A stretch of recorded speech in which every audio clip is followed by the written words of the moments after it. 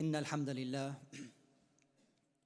نحمده ونستعينه ونستغفره ونستهديه ونعوذ بالله من شرور أنفسنا ومن سيئات أعمالنا من يهده الله فلا مضل له ومن يضلل فلا هادي له وأشهد أن لا إله إلا الله وحده لا شريك له وأشهد أن محمدًا عبده ورسوله يا أيها الذين آمنوا اتقوا الله حق تقاته ولا تموتن إلا وأنتم مسلمون يا أيها الذين آمنوا اتقوا الله وقولوا قولا سديدا يصلح لكم أعمالكم ويغفر لكم ذنوبكم ومن يطع الله ورسوله فقد فاز فوزا عظيما أما بعد فإن أصدق الحديث كتاب الله وخير الهدي هدي محمد صلى الله عليه وسلم وشر الأمور محدثاتها وكل محدثة بدعة وكل بدعة ضلالة وكل ضلالة في النار. Indeed, all praise and thanks is due to Allah subhanahu wa ta'ala, the Lord of the worlds. I bear witness that there is none worthy of worship except Allah subhanahu wa ta'ala. And I bear witness that Muhammad sallallahu alayhi wa alihi wa sallam is his final messenger. One of the people on Yawm al-Qiyamah will be brought forth and stand there in front of Allah tabaraka wa ta'ala. And they will be shown a jabal.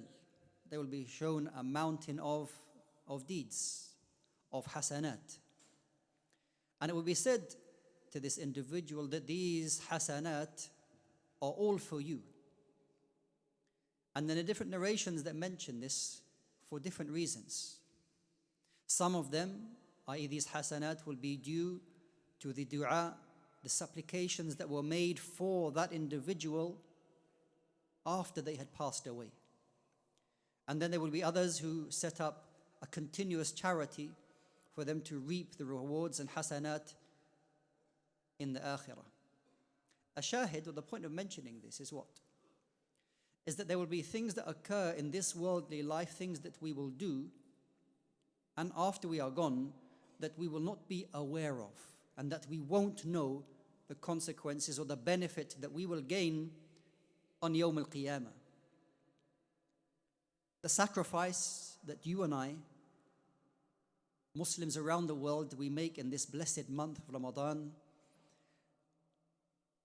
we cannot really know and will never know until we meet Allah subhanahu wa ta'ala the amount of reward that you will receive for the sacrifice that you made. The Sahaba radiallahu anhum, and moreover the Prophet sallallahu alayhi wa alihi wa sallam, made the greatest sacrifice. What they went through, the challenges that they faced, for this reason, they are the best of people. They were willing to make a sacrifice. Now, what type of sacrifices am I referring to?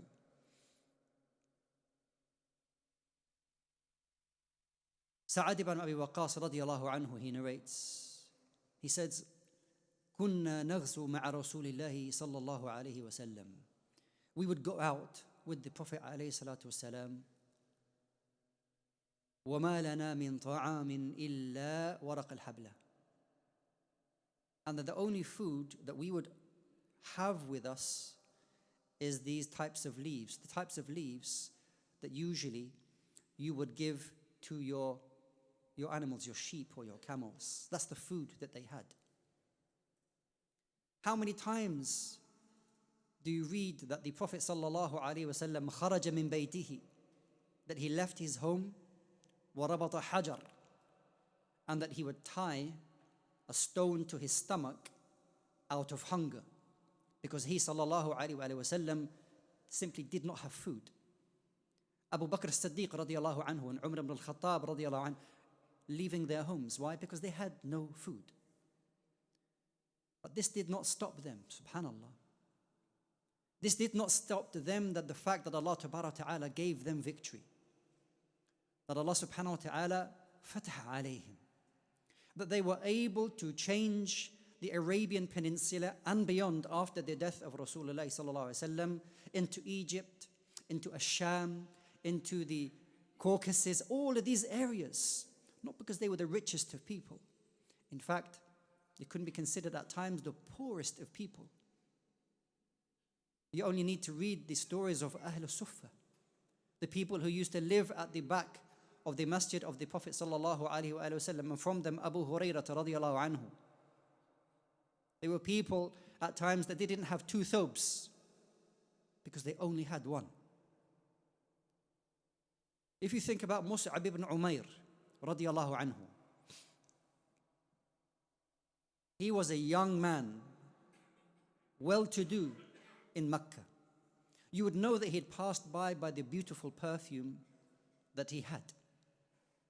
But he embraced Islam for the sake of Allah Ta'ala, became one of the great companions, made the hijrah to Al-Medina, only then to be what?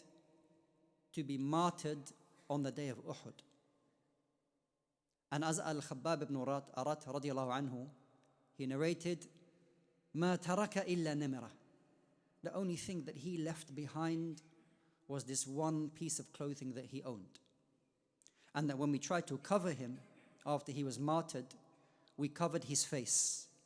And because the size of the thobe that he had, that it exposed his feet. And if we wanted to cover his feet, that we would expose his face. And so the Prophet sallallahu alaihi wasallam, he said, cover his face. And for the remaining part or the bottom of where his feet, then there's this kind of straw, grass kind of material, cover the remaining of this individual with that. This is the sacrifice that is requested. This is what is required from us. Now, in this blessed month of Ramadan, when, yes, you will give up your food and you will give up your drink and your time with your families, because that's what's required. But that's a small sacrifice.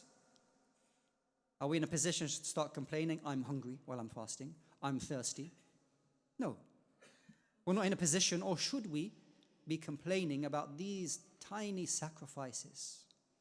Because the real sacrifice that is needed individually, collectively, as a Muslim, as a Muslimah, as a masjid, as a community, the sacrifice that is required is far greater than that what we are offering or even maybe willing to give.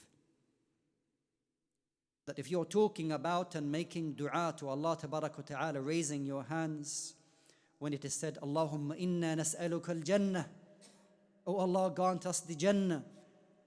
And then you have to look at yourself and you ask yourself, what is the sacrifice that you are making if you think that you are going to inherit these highest of places? What have you done, or what are you willing to sacrifice for Allah subhanahu wa ta'ala for you to have those best of places in the hereafter? Those, inshallah ta'ala, who will inherit those places made that sacrifice, and we know their stories. When we look around the world, there are people who are, and we are amazed by them. If you look at the different places, the different Muslims who are suffering and going through great sacrifice, great challenges, we are in awe of them, and quite rightly so. When you think about the people of Gaza, who have no homes to live in, all that they can see is destruction and demolition and rubble around themselves. They see their homes, but it is a pile of bricks. It's not somewhere you can live. But yet, subhanallah, Allah Jalla wa Ala has given them something that we don't have. They have the ability to keep going in the face of difficulty, of trials and calamities and tribulations. And we are in awe of them, quite rightly so. They are making a great sacrifice. They are Muslims, not willing to give up what belongs to them. But you and I, maybe we participate in the distribution of aid with charities in certain places, which is an obligation for us to do as well, to help those who are in need. When you go there on a plane. When you arrive, you may stay in a hotel, you may stay somewhere which is comfortable for you. You go to camps, you see the homes and the places that they are living in. You spend 1 or 2 days there. You document the work that you are doing, alhamdulillah. But then for some, it's time to go home. It's difficult for me, I can't continue. When's our flight? It's in 2 days' time. The urge within yourself is to go back. Why? Because you are unable to tolerate and make that sacrifice that they are doing and that they have. And this month of Ramadan, what has passed. But we look at what remains. And if you haven't made the necessary sacrifice to Allah subhanahu wa ta'ala in this month, then you have time to do it. We're in the last 10 days, 10 nights of Ramadan. One of the odd nights already passed us by. There is opportunity, ample opportunity for you and I to show Allah Jalla wa Ala, for you to show yourself. The sacrifice and what you are willing to give back to Allah subhanahu wa ta'ala, what you are willing to give for this deen, and not to remain in a state of comfort and warmth and full fridges.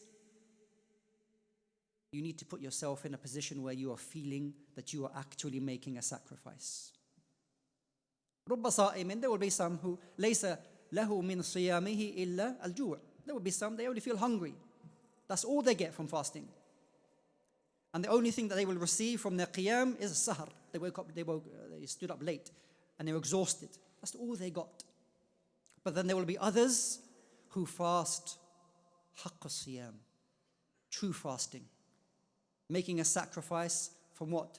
Foul language, bad language. You made a true turn back to Allah subhanahu wa ta'ala. And this is Ramadan for us, brothers and sisters. This short time is a reflection of our entire lives. You can look at your life and condense it into 1 month. Your relationship with Allah subhanahu wa ta'ala. What you are doing, what you did for the first 20, 21 nights.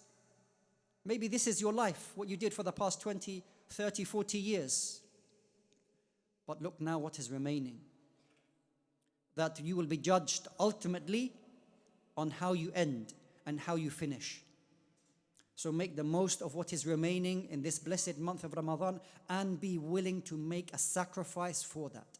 For that what you will face in the akhirah is something beyond what you could ever imagine.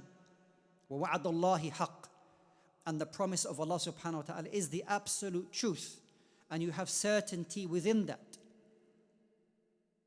أقول قولي هذا أستغفر الله لي ولكم من كل ذنب فاستغفروه إنه هو الغفور الرحيم.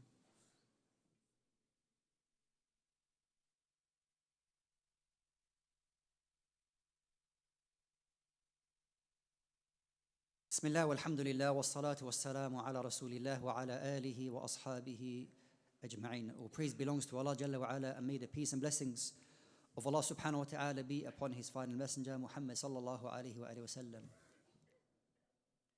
A miskina, a poor woman, she comes to the house of the messenger of Allah sallallahu alayhi wa sallam, and she has with her 2 babies, 2 daughters.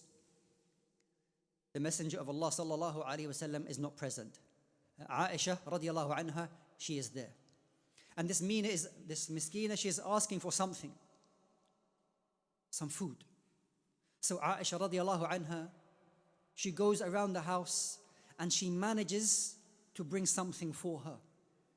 In the house of the messenger sallallahu alayhi wa sallam, jama'at 3 tamarat. She brought forth 3 dates. Because that was in the house of the messenger sallallahu alayhi wa sallam. She gave these 3 dates to this miskina. This woman, she gave the 2 dates to her 2 children, and the third one, which of course is hers, she splits in 2 and gives it to her 2 children, and she herself, she has nothing. She is amazed, Aisha radiallahu anha, by the actions of this woman. When the Prophet sallallahu alayhi wa sallam returns, Aisha radiallahu anha informs the Messenger alayhi salatu wasalam of what happened. And that this woman, she made that sacrifice for her children in this way. The Prophet sallallahu alayhi wa sallam, إِنَّ اللَّهَ قَدْ وَجَبَ عَلَيْهَا الْجَنَّةِ.